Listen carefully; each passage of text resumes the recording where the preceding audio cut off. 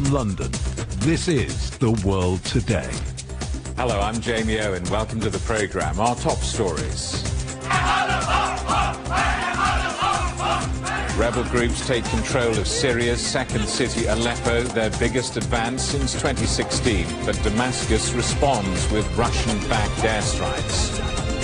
Our other headlines, 23 people killed since dawn in Gaza as Hamas officials arrive in Cairo in a bid to try to revive a ceasefire deal with Israel. Ireland awaits. Counting is underway in the country's general election with the three main political parties neck and neck in a tight race. And exploring China just got easier with countries including Japan, Romania and Malta enjoying visa-free travel.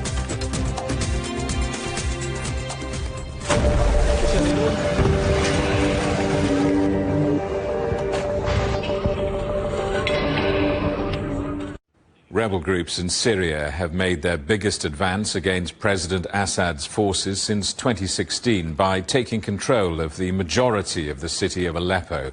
This escalation brings the country's 13-year-long civil war back to the forefront of Middle East instability. Our correspondent Rahul Pathak reports.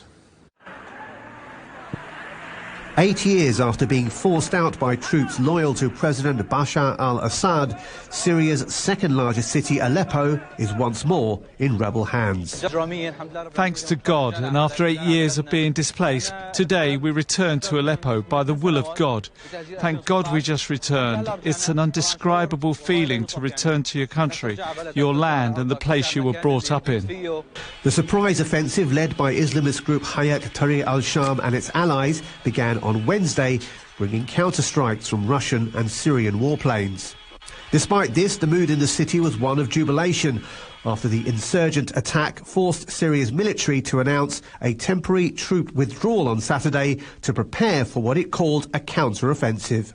The city's international airport has been closed and all flights suspended according to the United Nations.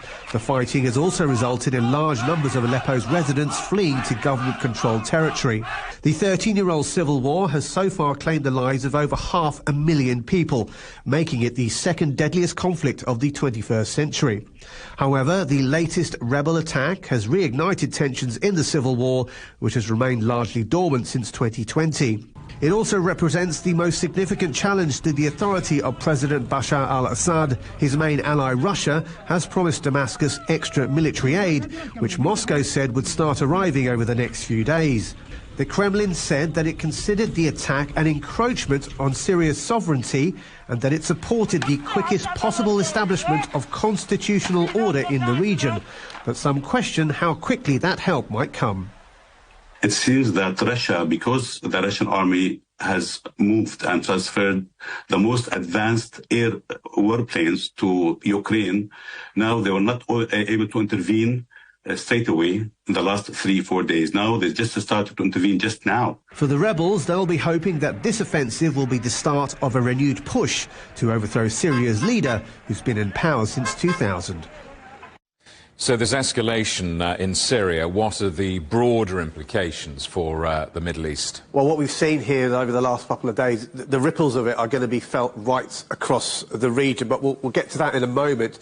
Specifically around this attack, it's one of the biggest challenges that Bashar al-Assad has ever had to face during his time as Syrian leader since 2000 and since the civil war began in 2011. It's very similar to the situation that he found himself in when the civil war first began.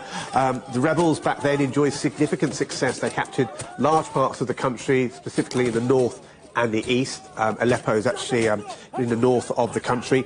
And what turned the tide for him back then was the support of Russia, primarily the Russian Air Force.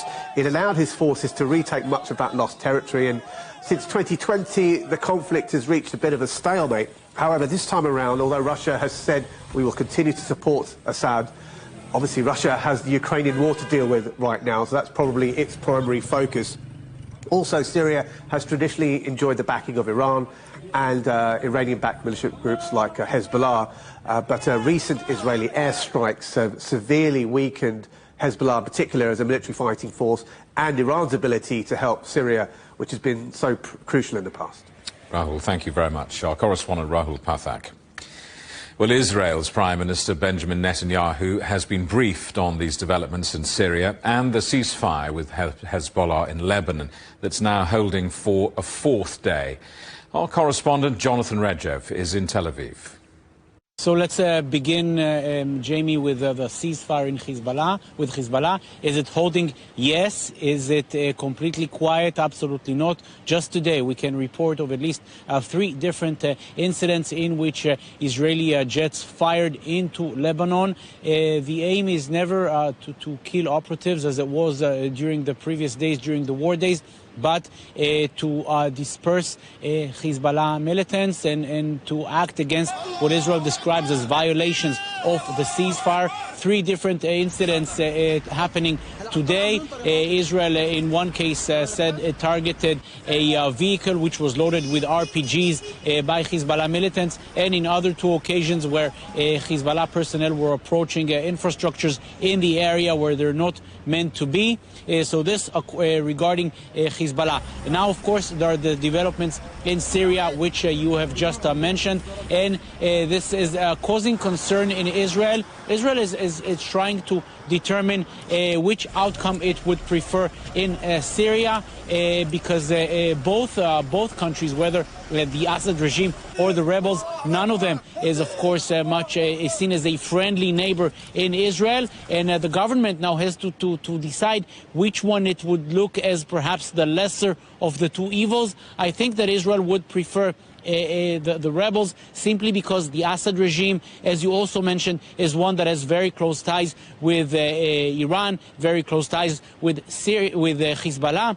One of the reasons that the Assad regime was able to repel the rebels the previous time and remain in power is a very strong support it got from Hezbollah. But of course the story is now different. Hezbollah much weakened by the crisis, following the crisis, the war with Israel, and cannot come to assist Assad as it did in the past. I think that Israel would prefer to deal with the rebels rather than with the Assad regime. But of course, the rebels would present their own challenges to Israel, and whatever it may be, Israel remains very, very vigilant, not only on the Lebanon border, but on the Syria border as well.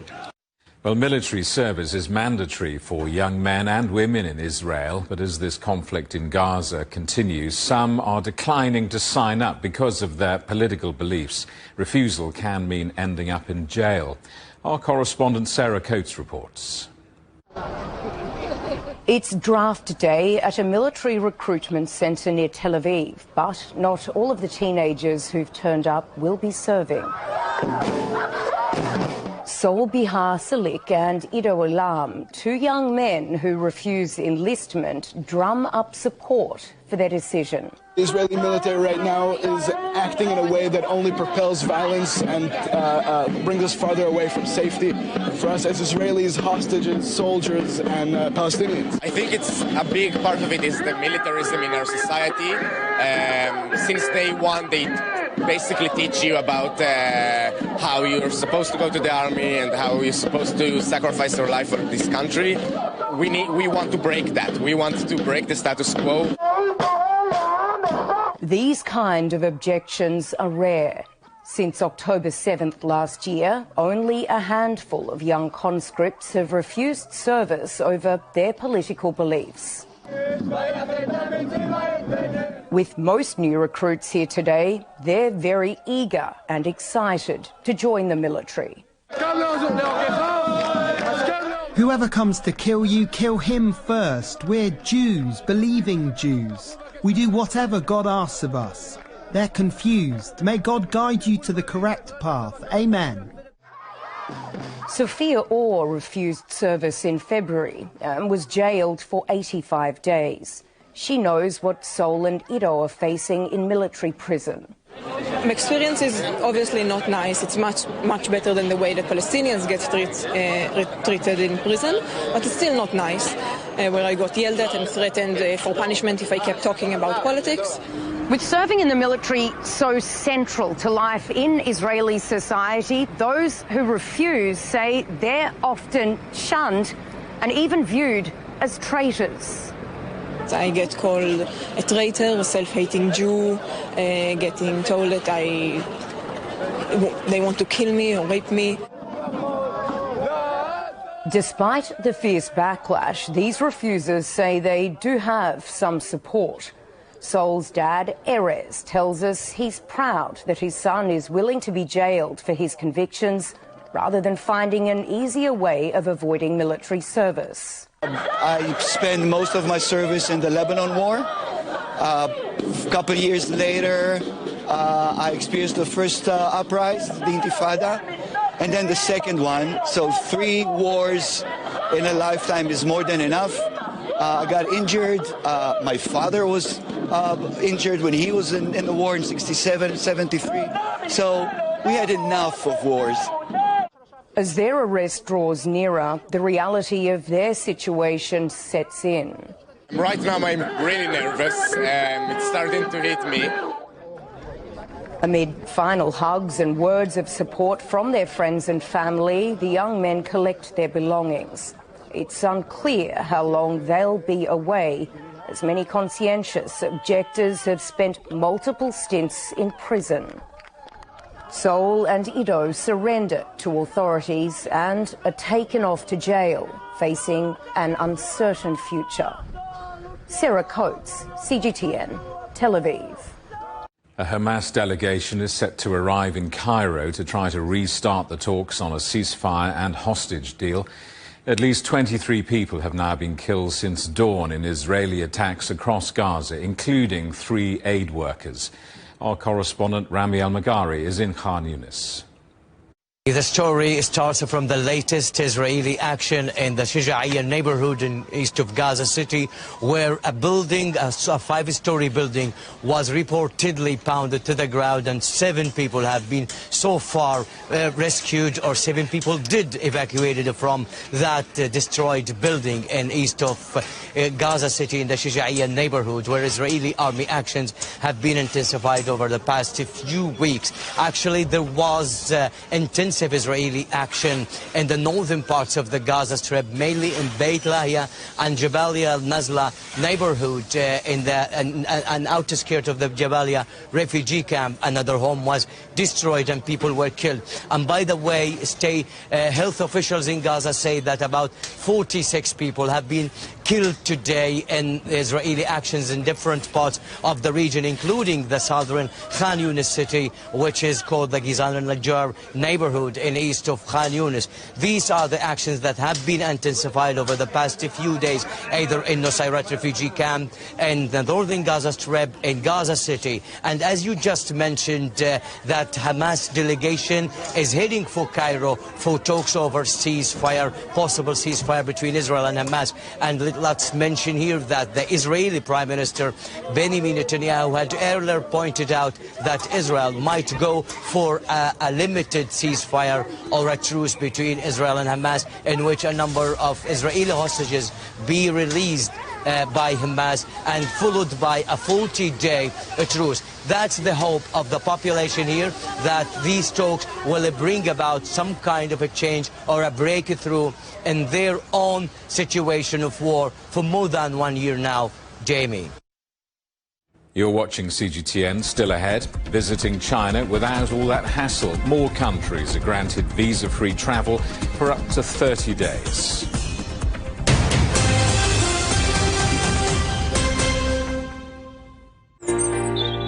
Ever wondered what's the difference between a bear and a bull market? Where are the cash cows? And who are the lame ducks? And what exactly are black swans?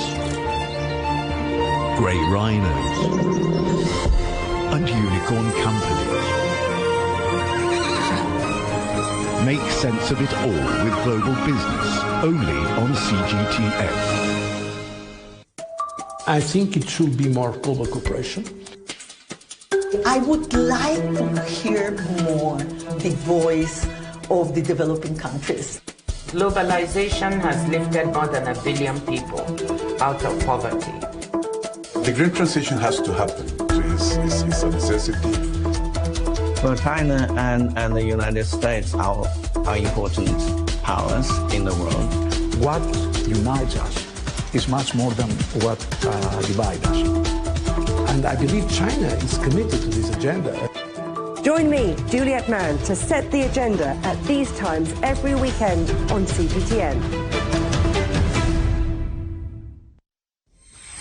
You might think you are better informed in an information age.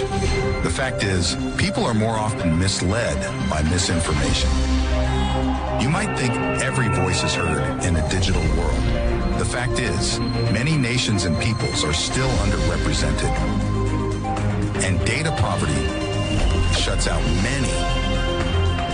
We at CGTN are committed to transcending the information gap and the digital divide. CGTN, bridging nations and civilizations. CGTN, see the difference.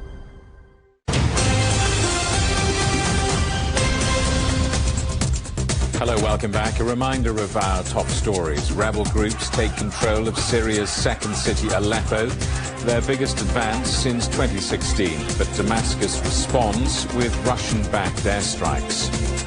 Our other headlines, 23 people killed since dawn in Gaza, as Hamas officials are set to arrive in Cairo in a bid to try to revive a ceasefire deal with Israel.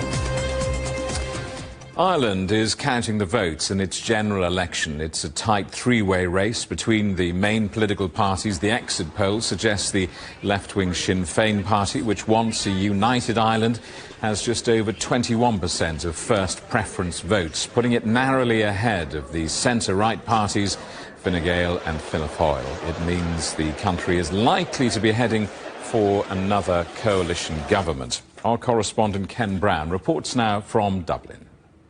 Remember when elections used to be kind of a little bit boring and everybody stayed calm and the polls were actually accurate?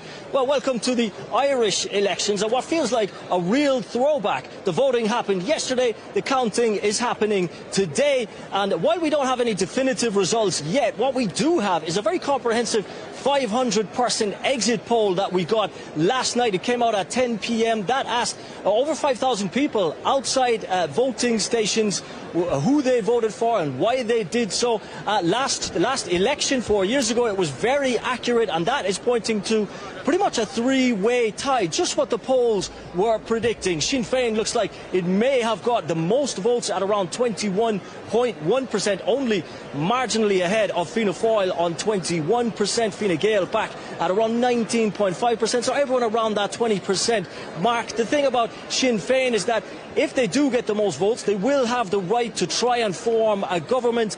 But unfortunately for them, it's not likely that they'll be able to. There's no real path to power for them, as there aren't enough left-leaning parties that can help them get the 88-seat majority necessary. So we're most likely on for a return to power for Fianna Fáil and Fine Gael, the centrist, fiscally conservative parties led by Micheál Martin for Fianna Fáil and by Simon Harris for Fine Gael. Now, this exit poll did give us a very interesting insight also into who Irish people want as their next leader. They chose Micheál Martin, the Fianna Fáil leader, by 35%. Next, 34% was Mary Lou McDonald. She's the leader of Sinn Féin, the United Ireland leftist party, really sort of cementing Sinn Féin as one of the political establishment now. Simon Harris was a little bit further back on 27%, but as I mentioned, the most likely outcome here is a continuance of the current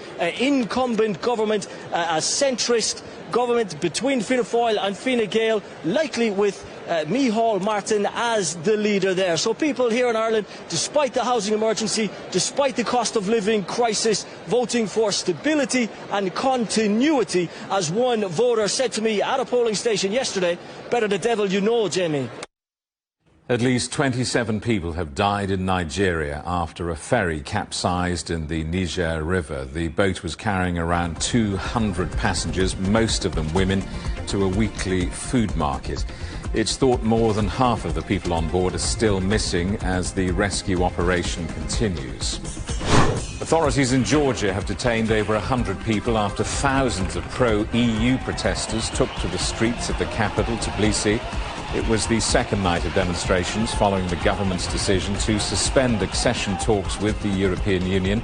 The police used tear gas and water cannon to try to disperse the crowds. Volodymyr Zelensky says granting NATO membership to parts of Ukraine under his control could end the conflict with Russia. In an interview with Sky News, the Ukrainian president suggested Kyiv could then try to claim back Russian-occupied territory through diplomatic channels. Zelensky has made a renewed push for NATO membership in the last few weeks. The Chinese tech giant Baidu has been granted a license to test its self-driving Apollo taxi service in Hong Kong. The license will allow the testing of 10 autonomous vehicles from next week for a period of 5 years. It's Baidu's first test outside the Chinese mainland.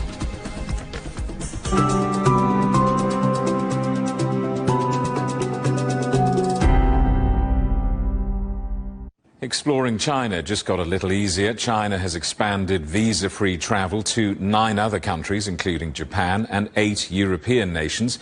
It means their citizens can stay in China for 30 days without any of the usual paperwork. The policy is helping to boost tourism in places like Guangdong province. Our correspondent Huang Fei reports. I'm here at Yongqingfang, a quintessential Cantonese heritage neighborhood right in the middle of the city. This is one of the most popular tourist destinations for foreign visitors because this is where you can see old Canton. You've got traditional architecture, Cantonese opera, traditional dim sum. Everything is in one place. And of course, City Walk is all the rage these days with Guangdong's easy climate this time of year, sunshine everywhere, and all these old streets and old street eats are very accessible. So this makes Guangzhou or the wider Guangdong a very popular destination. In the first half of this year, Guangdong welcomed 30 million inbound tourists, 4 times the number from last year. And this, of course, translates to 75 billion yuan in foreign exchange tourism spending. This is a huge boost for the city economy as well. And the numbers are pretty strong nationwide. In the first 3 quarters of this year, more than 22.8 million trips were made to China, and nearly 60% of them entered without a visa. Just in the 3rd quarter alone, visa-free entries surged 78.6%. Now the number is about to go up with 9 more countries added to the visa-free scheme, 8 of them from Europe. And their favorite destination, of course, cities like Beijing, Shanghai, Guangzhou, again, places that combined the old and the new. And they have plenty of time to relax and enjoy because the new policy allows them to stay for up to 30 days, doubling the previous limit. Travelers from up to 50 countries also enjoy visa-free transit for 72 hours or 144 hours. And China is investing in travel infrastructure, including technological upgrades, training local tour guides, and improving e-payment services. This is all contributing to the China travel boom. Huang Fei, CGTN, Guangzhou. The World Chess Championship is underway in Singapore. The reigning champion, China's Ding Liren, is defending his title against the Indian teenager Gukesh Damraju. The match is taking place with questions hanging over the future of the game. Our correspondent Patrick Falk reports. Welcome to the FIDE World Championship 2024. After a rousing welcome to introduce the game, it's down to the serious stuff and calm inside the players' cube. This has been billed as a battle between Asian giants. 32-year-old Ding Liren of China comes into the challenge in patchy form. His opponent, Gukesh Damraju from India, is a rising star playing with the maturity of someone well beyond his years. Fans from back home that have travelled to Singapore are bullish about his chances. You know, in our country, these days chess is flowing in the veins and arteries of an entire generation of school-going children. They are just enjoying chess like anything and following it. And Gukesh is a big hero. He's just a teenager and he's a star in our country. Should he prevail, Gukesh would become the youngest classical world champion ever. The winner will walk away with a prize of $2.5 million. I think it's super exciting. And of course, it's the richest tournament in the world, so lots of excitement. Chess has enjoyed considerable growth in recent years.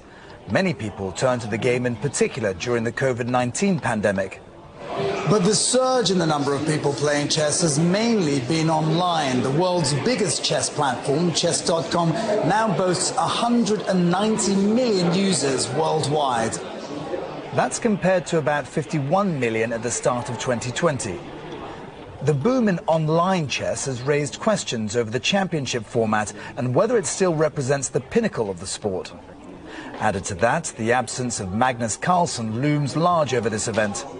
The Norwegian master vacated the World Championship title in 2022 after dominating for over a decade.